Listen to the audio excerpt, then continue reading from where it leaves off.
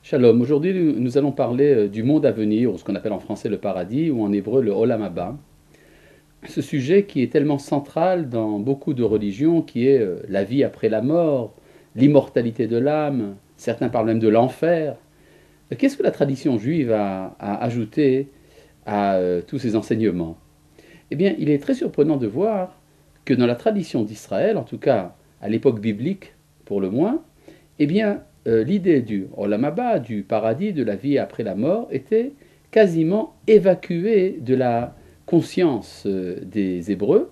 Non pas qu'on ne savait pas qu'il y a une vie après la mort, non pas qu'on n'était pas au courant de l'existence du jardin d'Éden, dont la Torah fait expressément mention au début de la Genèse, dans Bereshit. Mais il est évident que, à l'époque où Dieu se manifestait sur terre, où sa parole était entendue par les prophètes, ce qui remplissait la vie des gens, ce qui faisait l'espoir du bonheur, c'était la vie d'ici-bas. On peut dire que ce qui était véritablement important était ce qui se passe sur cette terre. Ce n'est que beaucoup plus tard, à l'époque du deuxième temple, à partir du moment où la vie terrestre a commencé à devenir insupportable, en tout cas du point de vue d'Israël, étant donné que le royaume de Juda et le royaume d'Israël avaient disparu de la carte du monde, et que tout Hébreu maintenant vivait sa vie de façon quasiment individuelle. C'est alors qu'est né ce qu'on appelle le judaïsme en tant que religion des individus.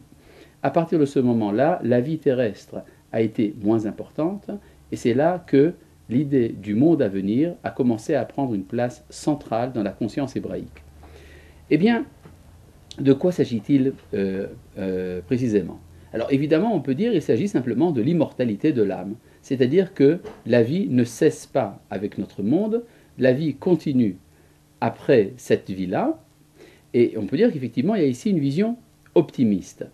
Seulement, il y a ici quand même un élément, pessimiste, qui est que ça voudrait dire que la vie du corps, elle, a cessé d'avoir un sens, puisque nous disparaissons dans la tombe. Et traditionnellement, le judaïsme parle plutôt du Olam Haba en tant que résurrection des morts. Alors, de quelle manière la résurrection des morts se réalise-t-elle? Comment est-ce que cela est vécu, une vie sans mort? On n'en sait rien. On n'a jamais vécu une chose pareille. Mais ce que l'on peut savoir, en tout cas, c'est qu'il y a dans le projet d'Israël une participation pleine et entière de la vie corporelle à la vie de l'âme. En fait, l'homme constitue en une seule unité, un être intégral qui a l'espoir de la réussite de son existence pour l'éternité. Alors évidemment, c'est très compliqué parce que nous ne connaissons pas tous les détails, tous les tenants et aboutissants de ce qui se passe dans le ciel. Alors, mais on peut quand même parler, par exemple, de la tradition kabbalistique de la métempsychose, qu'on appelle le Gilgul. C'est-à-dire que on a des chances de recommencer sa vie si on l'a raté, si on peut dire. Et donc, on peut dire qu'aucun espoir n'est véritablement perdu. En fin de compte, on arrive là où il faut arriver. À ce propos, il y a chez certains de nos maîtres une distinction très intéressante qui est faite entre la trajectoire de l'âme d'un fils d'Israël et l'âme d'un fils des nations. Du point de vue de l'âme d'Israël, alors on peut dire que nous avons une assurance. Nous sommes assurés de participer au monde à venir. C'est ce qu'on dit, Kol Israël Yeshlem Chelek L'Olam Haba, tout Israël à part au monde à venir. Et ça veut dire que c'est très exigeant, parce que si je suis obligé d'accéder au monde à venir, je serai obligé de le mériter. Donc ça implique également une quantité assez importante de souffrance, de transformation, de laminage, pour que je mérite ce qui m'a été promis. Par contre, chez les nations, on peut dire que c'est plus facile. Si l'on désire la vie du monde à venir, ce qu'on appelle la béatitude, elle est accordée, cette béatitude, à tout homme droit et fidèle parmi les nations. Tous ceux qui accomplissent les exigences de la morale, les 7 commandements des lois noachides, une fidélité à l'amour de Dieu, eh bien tout ceci, on part au monde à venir. Mais personne n'est obligé. C'est-à-dire, si l'on veut sortir de la trajectoire, eh bien cela est possible. On peut dire d'une certaine manière qu'il est plus rentable, si l'on veut, d'appartenir à la trajectoire des nations, parce qu'elle est plus facile à accomplir.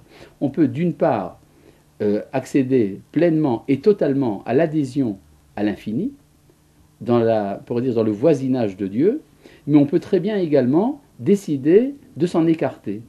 Par contre, pour Israël, il y a une accumulation de souffrances qui fait que l'on est obligé finalement, en fin de compte, à travers de nombreuses péripéties, d'accéder finalement à cette béatitude.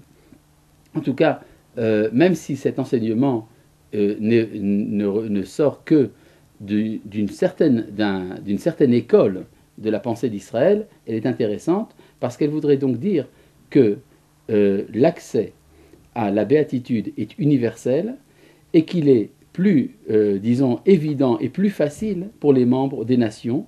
L'exigence est moins grande. D'un autre côté, elle respecte entièrement la pleine stature de l'homme, lui permet finalement d'accéder en pleine sérénité, en pleine tranquillité, dans la connaissance du Créateur qui est celle du monde à venir, si seulement on accepte de se conformer au minimum des lois de la moralité. Shalom.